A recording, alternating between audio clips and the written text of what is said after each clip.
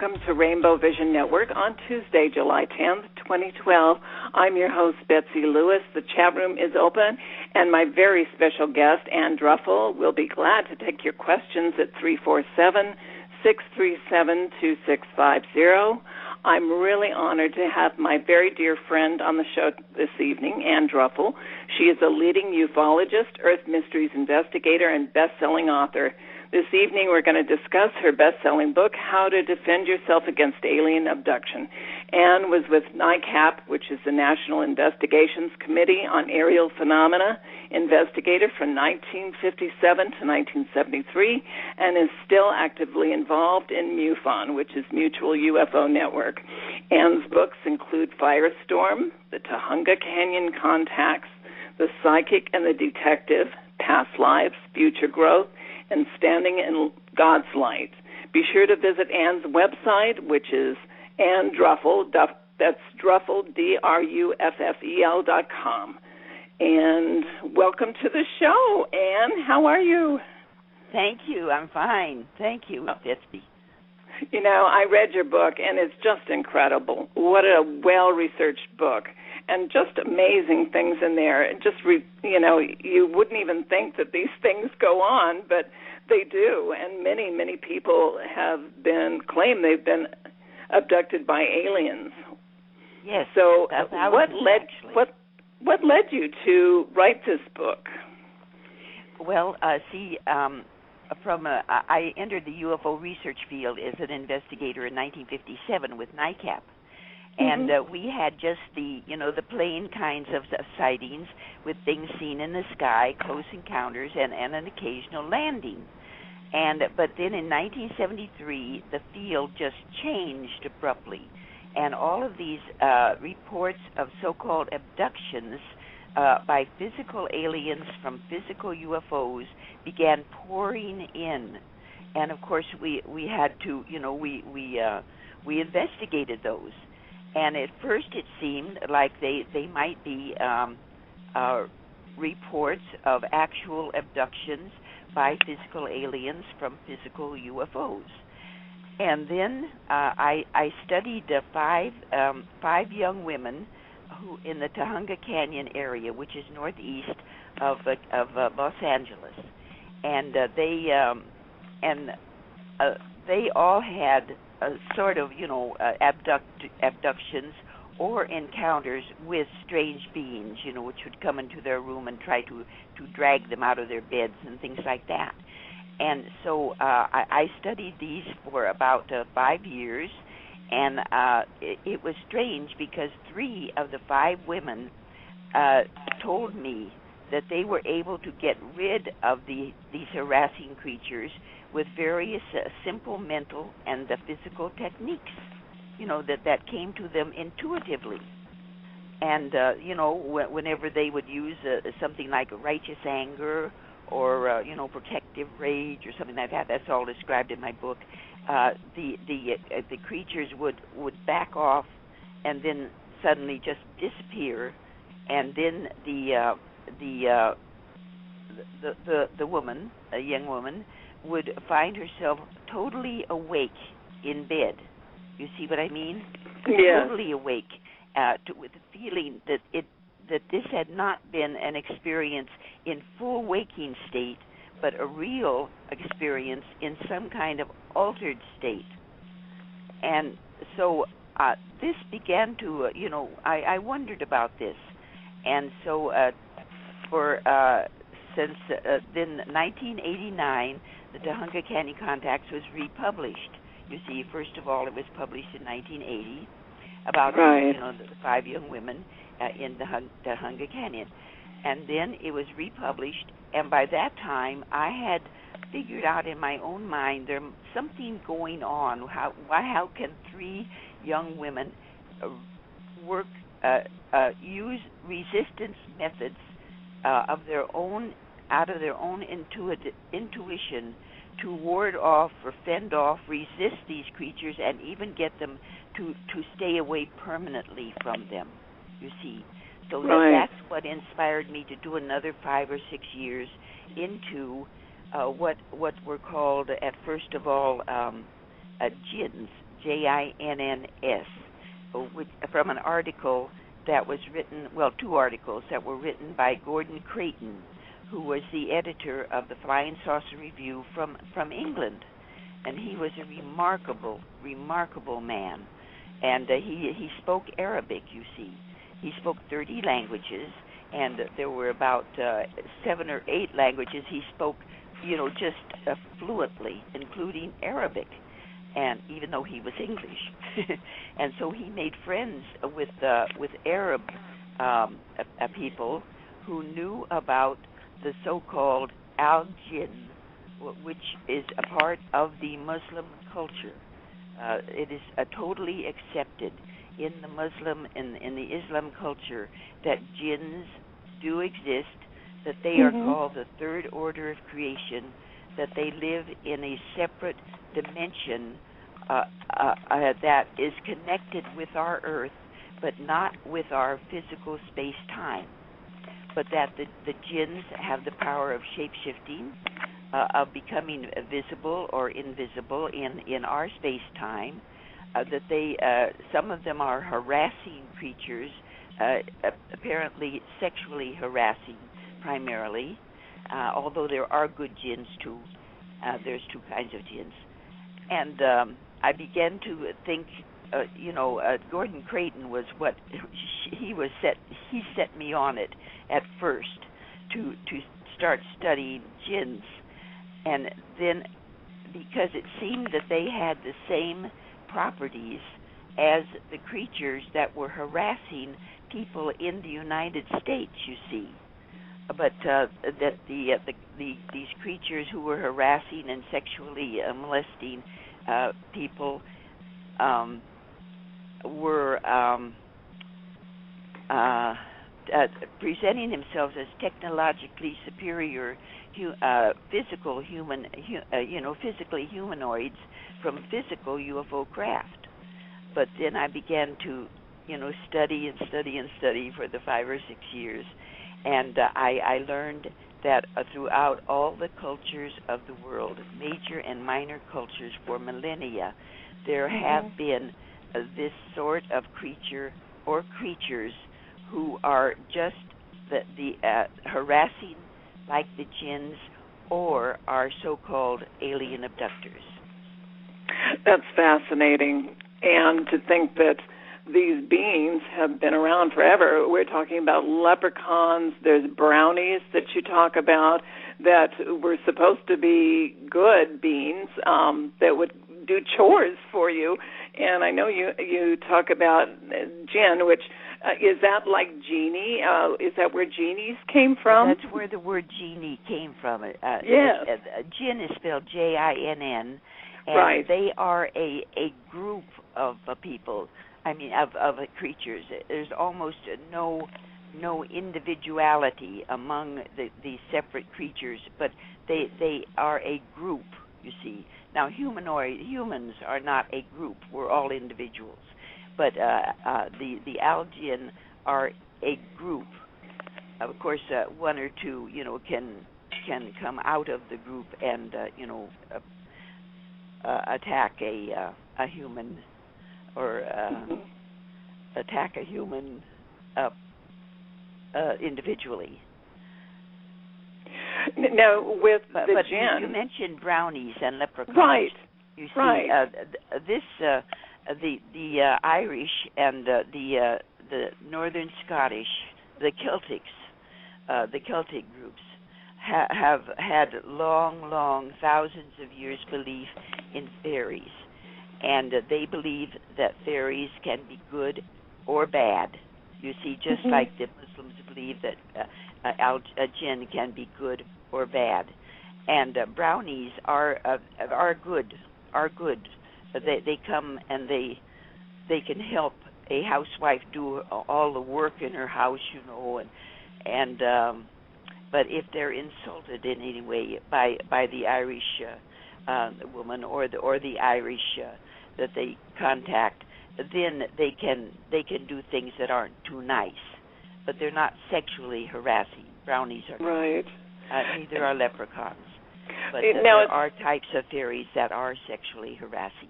Right. Well, it's kind of interesting that a lot of these legendary creatures were small in stature, like the Greys are described in today's, world, by people, experiencers, as some people refer to them, or alien abduction, abductees.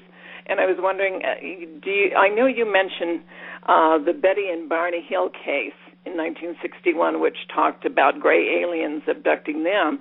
Do you think that started the whole scenario of grays and why so many people see gray-type beings?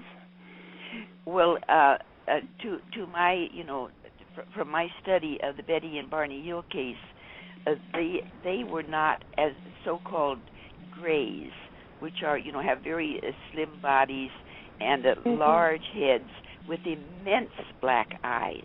Right, These were first described by Whitley Strieber in his famous book Communion.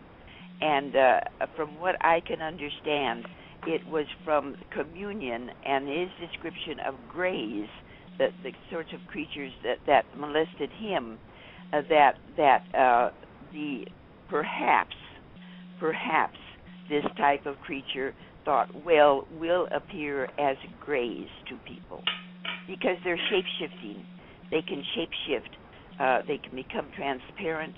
They can change their shape according to the culture in which they appear, you see. Right. Well, it seems like they've observed us for so many, like you said, a millennia, and they know what we're capable of, and, they want to get into our heads. They want to maybe control us, and maybe with the shape-shifting, they, are controlling us that way. But since we start thinking about UFOs and aliens, that's how they want to appear to us now. Do you think that's it? They're hoaxers. That is the hypothesis I give in the book, because I try to figure out, why in the world didn't we have any kind of these creatures here?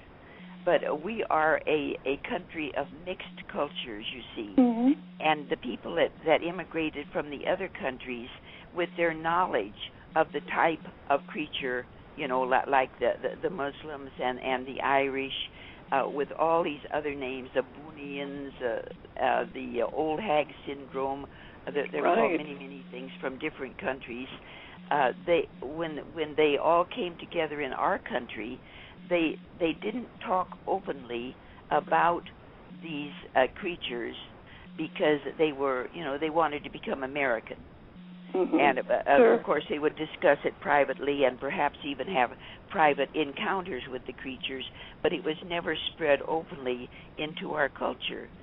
And my hypothesis is that this form of creation that the Muslims call the third order of creation were tried to figure out in what shape they could frighten Americans.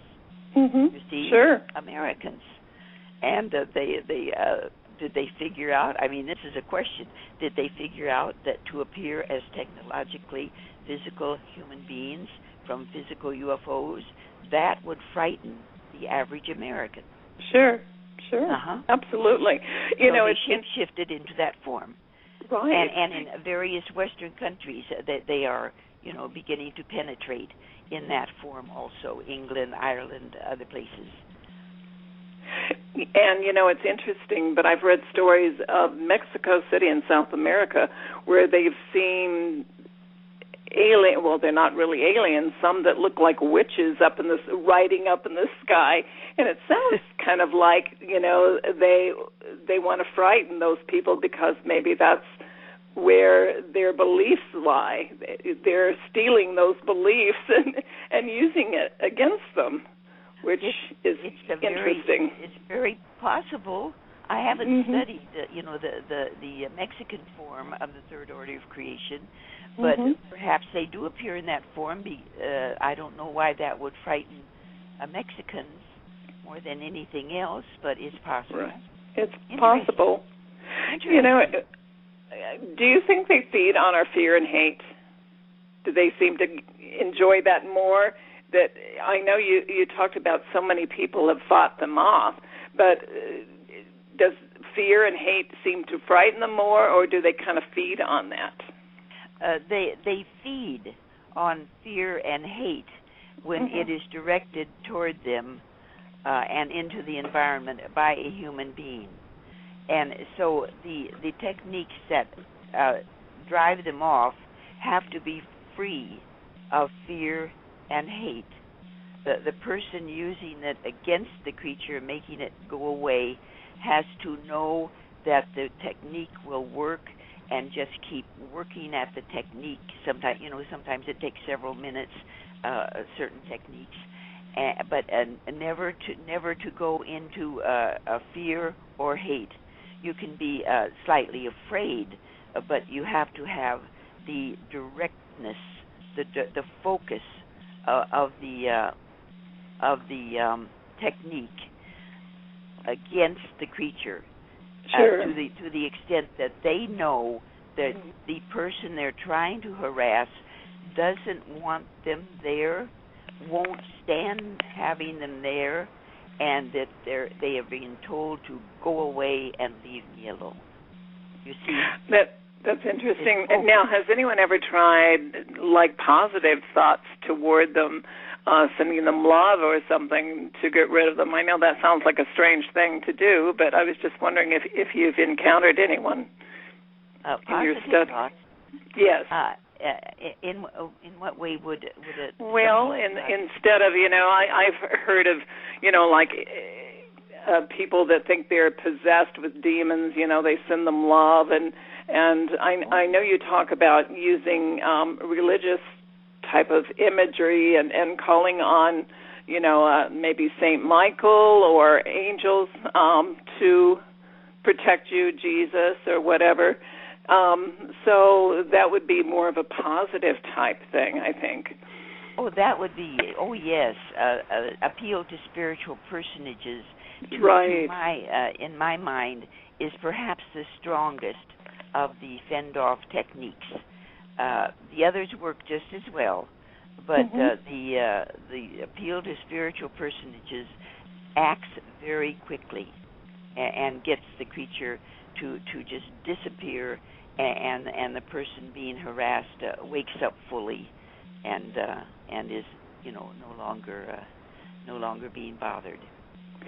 Do you think that any of these beings that have contacted people, I know a lot of different people have had great contact experiences, and in fact Betty Andreasen Luca believed that that she was being abducted by angels, even though they look like grays. She felt they were benevolent beings and they had a message, and many other people have had terrible experiences, frightening, just terrifying experiences. So why do you think there's that dichotomy between the beings? Are they all different beings? Are they the same beings? Are they from outer space? Are they extraterrestrial?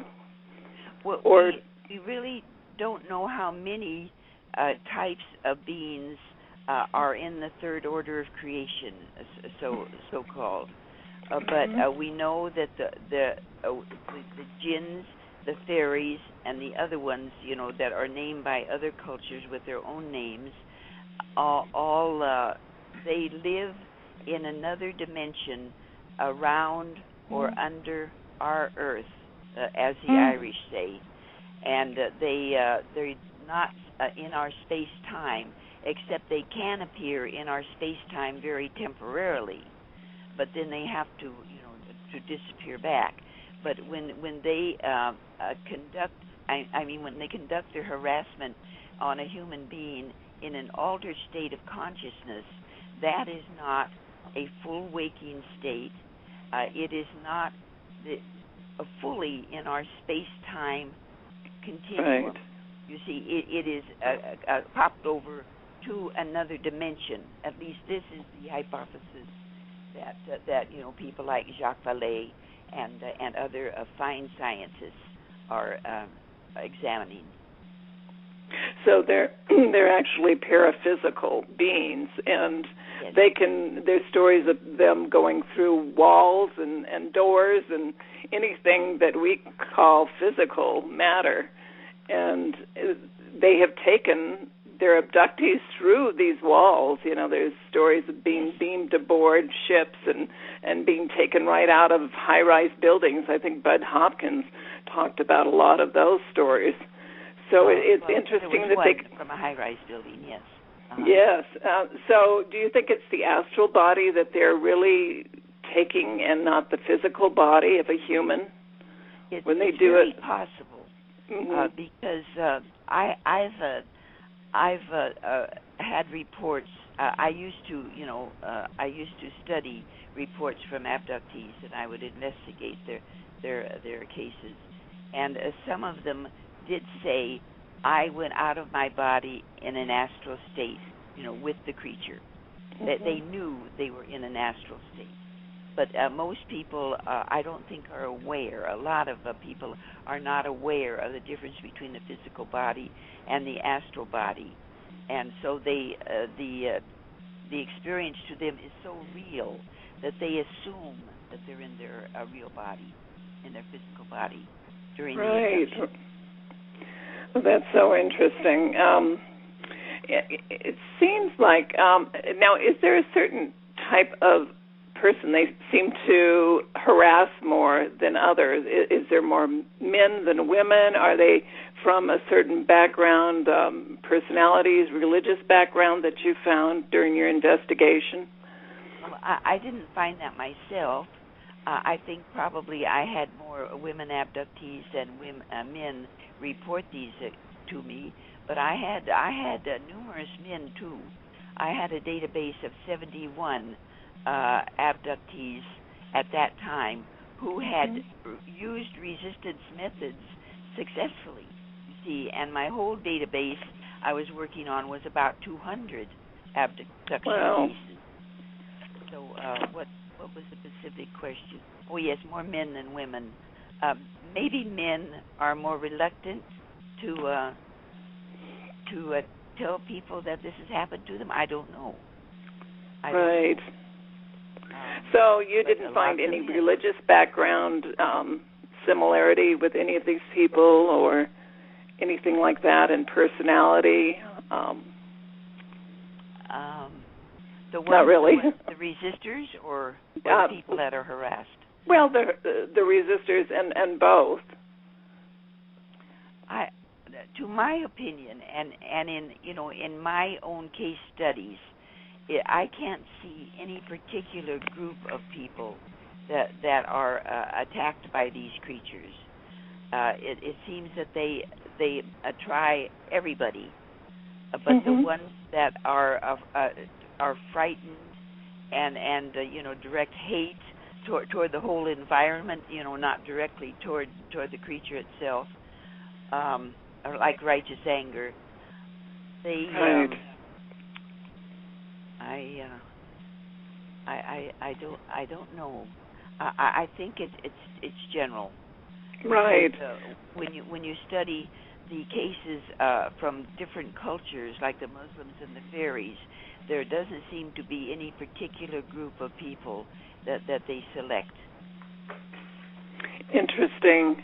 Now, I know you grouped some of these people in different groups. I think you had 6 different groups. One you said rational and honest, then real events but psychological damage. Group 3, witnesses damaged both emotionally and mentally. Group 4, hallucinating witnesses or imagined. Group 5 were hoaxers, and I'm sure you came across a few of those. And Group 6, truthful individuals who can prevent harassing encounters. So that's interesting that you were able to group those people into 6 different groups. Well, it was between 20 and 25% of my entire database that were successful in using resistance techniques, and those are the ones I concentrated for in the book, of course. But every investigator of abductions or abduction reports, they do occasionally find a person who is just, making up the story for attention. But sure. Very, very rare. A huge proportion of the entire abductee, we'll call them abductee, population are honest, reliable, productive individuals, and they're telling the truth as they know it, you see, as sure. they know it, because the experience to them is so real that, is so real that they perceive it as being real, and that's why they present it to the investigator as a real experience, and to them it's real, and we accept that. Well, it's interesting, too, that a lot of abductees have had real physical evidence, and I know implants are kind of an interesting phenomena, which I think has probably happened since the late, maybe 60s or something, when people started saying they were implanted with something and they could feel it. And I know Dr. Roger Lear has removed quite a few implants. What do you feel about implants? Do you think that's part of these entities that you've talked about? Are they doing it? Is it military? Maybe. What do you think about that? I would not like to think it was military. Right. I mean, I've never got that in any of my ideas. But the thing about implants, I have to have something proven to me that an implant, which Dr. Lear has taken from an abductee, is actually some kind of technological device, you see, that could reach into another dimension. I mean, I need a scientific proof to accept anything as real. What I present in the book is that since these creatures appear to human beings in an altered state of consciousness, and in other words, in another dimension other than our own physical space-time, that they possibly are putting so-called apports into the bodies of these people they are harassing, and then the person later on discovers this little bump in their skin or something, and someone like Roger Lear takes it out, and it appears strange. Some of them do appear strange, and I know that apports do exist. I've been in parapsychology for many years, and I know that things can appear suddenly from another dimension into our physical space-time and stay here. That's really interesting. Excuse me, I've got some allergies going here. But, a lot of people talk about, and I know physicists talk about, that there are many, many dimensions out there. I think you mentioned 9, but I think they now believe that new dimensions, the bubble theory, that new parallel universes are being created all the time, and it could go into infinity when you think about it. They went up from 9, dimensions to 11, and then all of a sudden they jumped, into how many. We don't even know how many that they're assuming are out there, because there's no way that you can physically prove another dimension yet. We haven't got the technology yet. No, we don't. We don't. So whatever anyone has studied and presents as a hypothesis, I'll accept it as a hypothesis, because there's an awful lot of good people, including scientists, in the field now. I think most of us have such a narrow view of what reality really is. What is reality? We just don't know, and it's just amazing. that maybe there are that many things out there, you know, and maybe there are demons, and maybe they are part of demonic personalities that haunt us, and maybe there are aliens visiting us. Maybe there's just a whole bag of entities out there visiting us. Ann, what do you think? Well, you see, when the Muslims describe the third order of creation, that in their Quran, they say that the first order of creation were angels, you know, which lived in heaven with God, but that they weren't allowed to see God at first, and had to prove that they were worthy of seeing God. And Lucifer was ahead of a third of the angels, and they decided, well, we're going to make heaven ours, you know, and they rebelled against God, and they became what are called demons or devils. You see.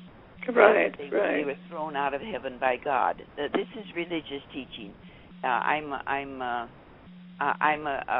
lifelong practicing Catholic, and I will accept that. You see, but then in the Buddhist and the Christian and the Jewish faiths, they think there's only two orders of creation: angels and mankind. But the Muslims have this third order of creation in the Quran, and actually it was created second, according to the Quran. And I'll tell you what the Quran says, that God He made the second order of creation, and He gave them the world to live on. But it was a world that was not our physical world. It was the same world, but it was the dimensions around that world that He gave them to live in. And then He created mankind, and then this is religious teaching. Then He created mankind, and He gave us the physical space-time planet to live on, but we share it with the jinns, you see. And this is speculation here. I've often wondered why the jinns harass us so. I know. Don't they have anything better to do, Ann? Perhaps they are jealous that we were given part of their so-called world. That could be. Yeah, or they have nothing else to do, you know? They have nothing better to do but sit around and harass us. It may be, but there are good jinns and, you know, good fairies and good in this form of creation all over the cultures of the world. There are the good types and the bad types. Gordon Creighton called them the baddies, you know, the baddies. And just... You know, it's interesting. I know you mentioned exorcism in your book, and I was wondering if anybody has had an exorcism performed on them if they were an abductee. Do you know of anyone that did, or? I don't know of any of my cases. No, I have a caseload now of over 400 cases of abductees, deceased, and or people who report abductions, including the resistors. And I have never known about anyone who had exorcism done. An exorcism, to my mind, would be done by the church, with a priest practiced in that method. Sure. But of course, there must be other types of exorcism too from other religions. Sure. Now, the men in black, they're kind of a strange phenomena that people that have seen UFOs, all of a sudden men dressed in black, usually in older clothing from the 50s or 60s, show up at a door, and they don't seem to have any facial expressions or anything. Do you think that's part of the jinn, the shape-shifting jinn? Well, no, I never thought of it that way. But could be, huh? Perhaps it is, because they do frighten the witnesses. They do. They frighten them. and there's never any explanation of who they are or where they came from. Right. There's not even any indication that they are connected with the government. We know that the government does send out people at times to investigate cases, but they do it very secretly.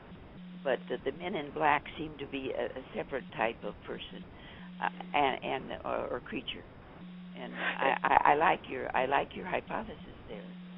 Well, I kind of wondered too if they're like an android, part robot and part real being, and that they have really no emotion or anything, and they're sent out to intimidate people that have had abductions. Yes, and they're related to UFO cases. Right. They don't even have to be abduction cases, but UFO cases. Right, and I mentioned this to you before we went on the air about the Blackeyed Children, which I had never heard about, and I thought about you and the work that you've done on the Jinn and all, and I thought, well, maybe they're all related. That these children with these huge black eyes, they have absolutely no white in their eyes, show up at a doorstep. They look like they're teenagers, young teenagers, and they repeat that they want to come in. They just keep repeating they want to come in or they want to see you, and people just feel frightened of them. There's just something that says they're malevolent beings and not, benevolent beings. So, you describe them, and I'm certainly going to get that book and read it that you told me about. The way you describe them, I would speculate that they might be part of, the group, shape-shifted into another shape that would frighten them. Right. Frighten human beings. These cases appear in the United States, don't they? Do they appear in other Western countries? Yes, I guess they have been reported in other countries too. And there's always, after they leave, there's always a foul smell that they seem to leave, kind of like sulfur. Have you ever had anything said about that? Yes, one of my the abductees, or the one who was harassed by creatures very many times, called Timur, Timur. He didn't, we don't use his last name. He was a Muslim, and he was describing his experiences as jinns. You see. Now, what was the specific question there? About the smell, about the odor that seems to be involved. Yes, he knew a lot more about jinns and about the Quran than I did, and he said that there are good jinns and bad jinns, and that some have a pleasant odor and some have an unpleasant odor, and I put that in the book. But he wasn't sure if the ones that had contacted him, which were all very harassing, had the bad odor or not. He doesn't remember. Well, they need some deodorant, Ann. Pardon? I said they need some deodorant. We should put it out on our porch. We should. Alien deodorant. There we go. Now, in your book, you talked about one of the abductees, Patsy, who actually knocked off the head of one of the aliens, which just floored me because I've never read anything like that before. Talk about that case. Yes, Patsy, she was related in some way to the other women in Tahunga. I think she knew them, and this is how we got their story, her story. One night she was asleep in bed, and I think she had a roommate who was asleep with her, and all of a sudden she woke up, and through the walls were coming three creatures, you see, of the same order as had been described by her friends from Tahunga. And she had learned about the the technique called protective rage. The two techniques called righteous anger and protective rage. And she wanted to protect her roommate from these creatures, and so she jumped out. She jumped out of her bed and clutched the head of the creature in the middle, and it fell off and fell to the floor. She didn't mean to hurt it. She was just trying to tell it, go away, you're bothering us, we don't want you here. You know, righteous anger, in other words, focused anger against the creatures that are taking away their inalienable rights to privacy, you see. Right. And so the other two creatures, according to Patsy's, the way she related it, were so amazed at what she had done to their companion that they all went back through the wall, disappearing. And I don't know if they took the head with it, or if with them, or if the head disappeared at the same time they disappeared. Yes, as I remember, the head disappeared. It was on the floor, but it didn't seem to kill the. That was protective rage, righteous anger. Those right, two. Right. Uh-huh. You know.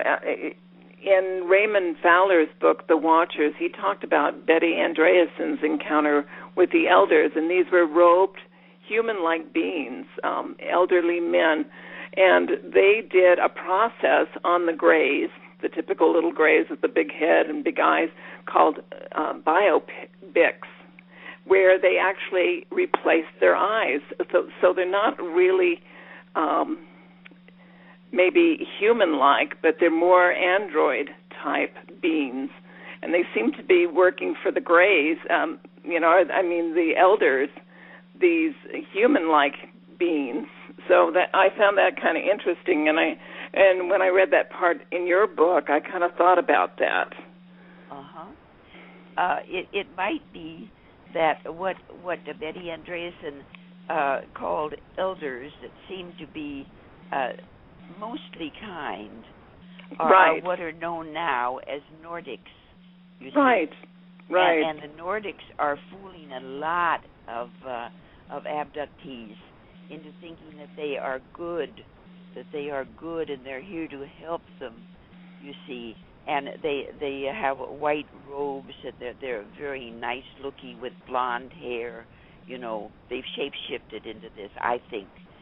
And because even the Nordics at times sexually harass the people they are in contact with. Right. So I don't believe that Nordics are good. Oh, you don't? See that the elders were an early form of Nordics. Oh, that's interesting. Huh. Now I know in some cases there's been healings with aliens. Yes. Talk about that. I don't. It's wonderful to be healed, but don't the healings happen during times when the humans are taken onto the ships and they are examined, you know, and maybe sexually harassed in a maybe a slighter way? Maybe the healings occur during that time. From what I've read, the healings do occur during that time or shortly after the human is returned to their own abode. Isn't that interesting? We just have so many beings out there that are interested in us. I don't know why they're so interested in us. They either want to harass us or harm us, or they want to help us. We have maybe. I'm sorry. No, I was going to say maybe we have 3 different types of entities out there, and it's very confusing. No wonder our world is so messed up right now. Well, to my mind, and in my own religious belief, there are angels and the demons, the fallen angels they're called, and this creation called jinns or fairies, and humans, you see. Right. So, Now let's talk about techniques, because you have, let's see, 1, 2, 3, 4, 5, 6, 7, 8, about 8 different techniques. You talk about mental struggle, physical struggle, righteous anger, which we talked about a little bit, protective rage, intuition, and then you talk about metaphysical methods and appeal to spiritual personages. We talked about that a little bit. Now talk about repellents, because, it sounds like, you get a can of bug spray and spray them. It'd be nice, wouldn't it? Well, repellents are, they're millennia old, too. I mean, 2,000 or more years, cultures have described these experiences, and they've used what they call repellents.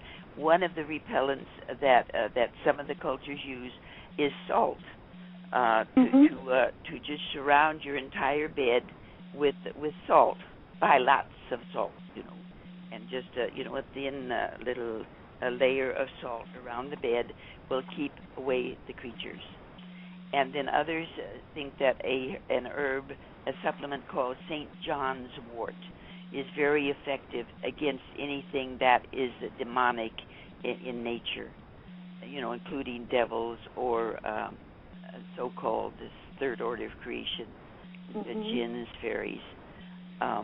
I concentrate on jinns and fairies in my book because I couldn't, explain or talk about all of the different types or all of the different names that are given by all the numerous cultures down through the ages, and even today in the various cultures they're known by different names.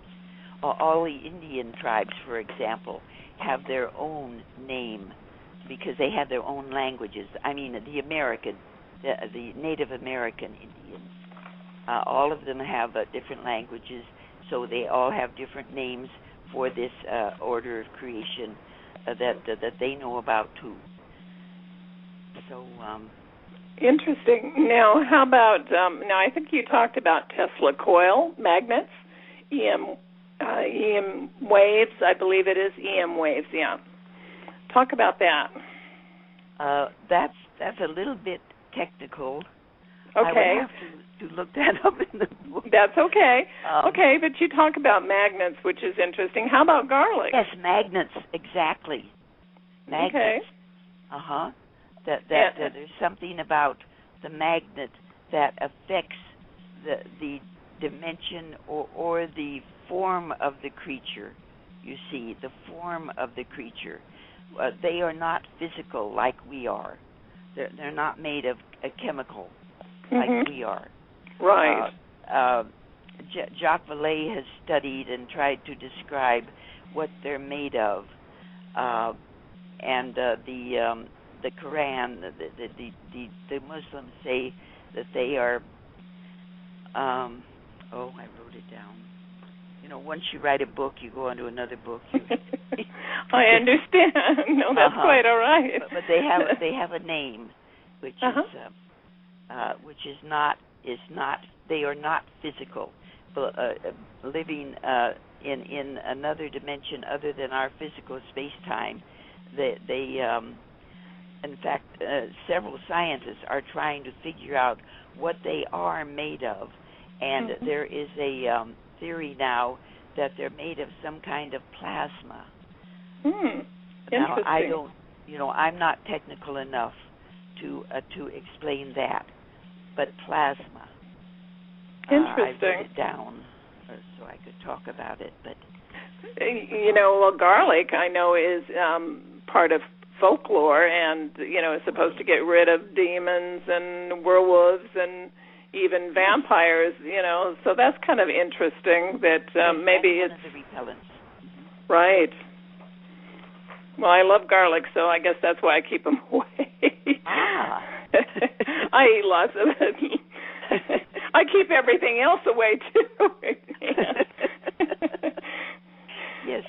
Well, I don't know if you know this, but I had been harassed by creatures for more than a year after studying the Hunga Canyon women, And the no, I didn't know that. So-called mental struggle. She woke up with this creature in the room, and she couldn't see it. It was transparent, and but it formed into sort of a head, looking at her, and she used what was called mental struggle. Oh yes, this was this was in the car with Emily Cronin and Jan Whitley's case. Right. When mental struggle was first used, and these creatures came around their car. They were parked on a drive, a drive-in. What do you call it? Until traffic could clear over what's called the Ridge Route in California. And these creatures suddenly appeared. A big bright light first, then these creatures suddenly appeared, looking into their car, and Emily Cronin's a 5-year-old son was sleeping in the back. She was divorced, but she was a roommate of Jan Whitley at that time, and I can't. Ann, let me ask you this: do you think that they were paralyzed? Both really? Yeah, I was going to ask you about that too. And she figured, well, if I can move one little finger, the paralysis will break, and we'll be able to drive away from these creatures, whatever they are, because they were just totally frightened, both Jan and Emily. And so she worked for several minutes to try to move one little finger, and when she was able to do that, the whole paralysis broke. The paralysis for Jan broke too, and they just sped away from the place, but they couldn't see the creatures anymore. Sure. And so after I had studied these cases for several years, I began to have episodes almost nightly where I would awaken. I thought I was awake. I was totally paralyzed, and I could feel that something was in the room looking at me. I didn't see them. But oh, my goodness. The same kind of technique, the mental struggle, and usually it took 2 to 3 minutes at least trying to move one little finger to break the paralysis, but it would always break, and whenever it broke, I would become fully awake, and the creatures the presences were gone. Isn't that interesting? They somehow attached themselves to you while you were doing the investigation. How did you get rid of them? I thought that. And then when I learned about Stephen Schwartz's actual vision or actual seeing, St. Michael the Archangel. Right. It's described in the book. I began to think, well, the Archangel Michael is stronger than me using mental struggle. And so I began to ask whenever the paralysis would happen at night and the feeling of the presences around, I would say, St. Michael, help me. And I had a little prayer card near my bed with a picture of St. Michael. And that broke the paralysis very much faster than the mental struggle. And that's why I think that appeal to spiritual personages is perhaps the strongest resistance method. But the others are all good too. So have they ever come back? No, they have never come back. That's ever great. Since I have been appealing to St. Michael. I think it was 2 or 3 times that I appealed to St. Michael, and then the visits stopped. Oh, well, that's good. I'm so glad of that. And I know the paralysis effect has been quite a few cases that they feel that. I know my mother and I felt that when we felt we were being abducted, and I know scientists claim that that's a phenomena that we all experience, sometimes before waking, maybe that REM just before we we wake up. So I don't know if that. Yeah, right. I don't know if that can really be explained away with some of these cases. Maybe not. I don't think so. But I don't think so, because there are psychologists and psychologists in the UFO research field have studied the difference between sleep paralysis and the type of paralysis that occurs during a visit from one of these creatures, and they say it's totally different. Wow. It's a totally different kind of paralysis. Wow, that's fascinating. And we just have a few more minutes. They don't know what kind of paralysis it is. Right. They don't know what causes it. One other question, and then I wanted you to give out all your information for the listeners. But do you think, I know Tujunga Canyon in Southern California is supposed to have a lot of UFO activity, and do you think there's a vortex or a stargate where these beings can come in? Makes it easier for them to come into our world? Oh, well, I refer to portals or stargates as sacred sites. Okay. Like where churches are built, or this remarkable place near my home, just a half a mile away, called Eagle Rock, which was a sacred site by the Indians, the Native Americans who lived here, even before the Spanish came, you see, and even before California became part of the United States. Right. But I think this is the same thing. Because I made a great study of sacred sites and related ley lines, and they all seem to be places where the dimensions are much thinner than in a regular in our regular space-time, and that's why I go often to Eagle Rock just to pray or to meditate or to think about some problem that I have, and somehow the tranquility of the site and the fact that I believe that the dimensions are very thin there, I get answers and go home completely satisfied. Oh, I know there are places like that, and I know about Eagle Rock because I've been there, so it is a really powerful place. But this study I did in 1982 and gave a conference talk on it. It discussed so-called straight lines, which are related to ley lines, which are related to sacred sites, and the UFOs are seen only at sacred sites on ley lines. Also, paranormal events happen only on ley lines, and UFO encounters. From my cases, happened only along the ley lines connecting the sacred sites. Sure. So there's something, a portal, stargate. Right, a way to enter another dimension. Well, there's a lot of stories of people just walking into another time, into the past. They'll be walking down a street, in our current time, and suddenly they find themselves, maybe in the 1800s for a brief moment, and then they're right back in present day. So there's something to that, and dimensions and portals and all. Yes.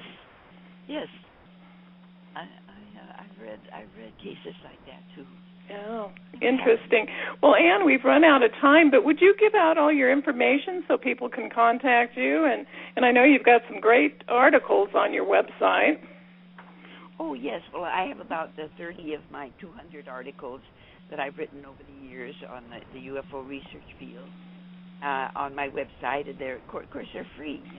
You can access my website, www.anndruffel.com, and there's no E on Ann. It's ANNDRUFFEL.com. And my books are available there too, autographed. I will autograph books that are available there, but they're also available on Amazon.com, and some of them on Barnes & Noble and other websites around. So, great. And some of them are, available from the publisher. Right. Well, Ann, thank you. You're just so wonderful and such a delight. And this has been an amazing show on a phenomena that still haunts humanity, but you've shed so much information and research on this subject of alien abduction, which, you're like Dr. John Mack and a few others that are real pioneers in ufology. And I just hope that there's others out there that will continue like you have and really research and investigate these cases out there, because, there are some researchers and investigators who are beginning to believe, shall we say, or to accept the fact that resistance methods can get rid of these creatures.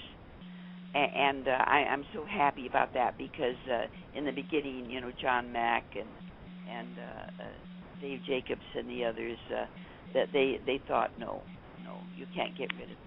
Right. Well, I just hope future generations will do their due diligence like you have on the subject, and we'll uncover some of these questions that we've had about all this phenomena that goes on. But thank you so much, Ann, and I want to thank the listeners for joining us tonight. This concludes our show, and be sure to keep those rainbow visions in your heart. Blessings to everyone. Bye, Ann, and thank you all. Thank you, Betsey. Bless you. Bless you, too. Bye-bye, everyone. Thank you.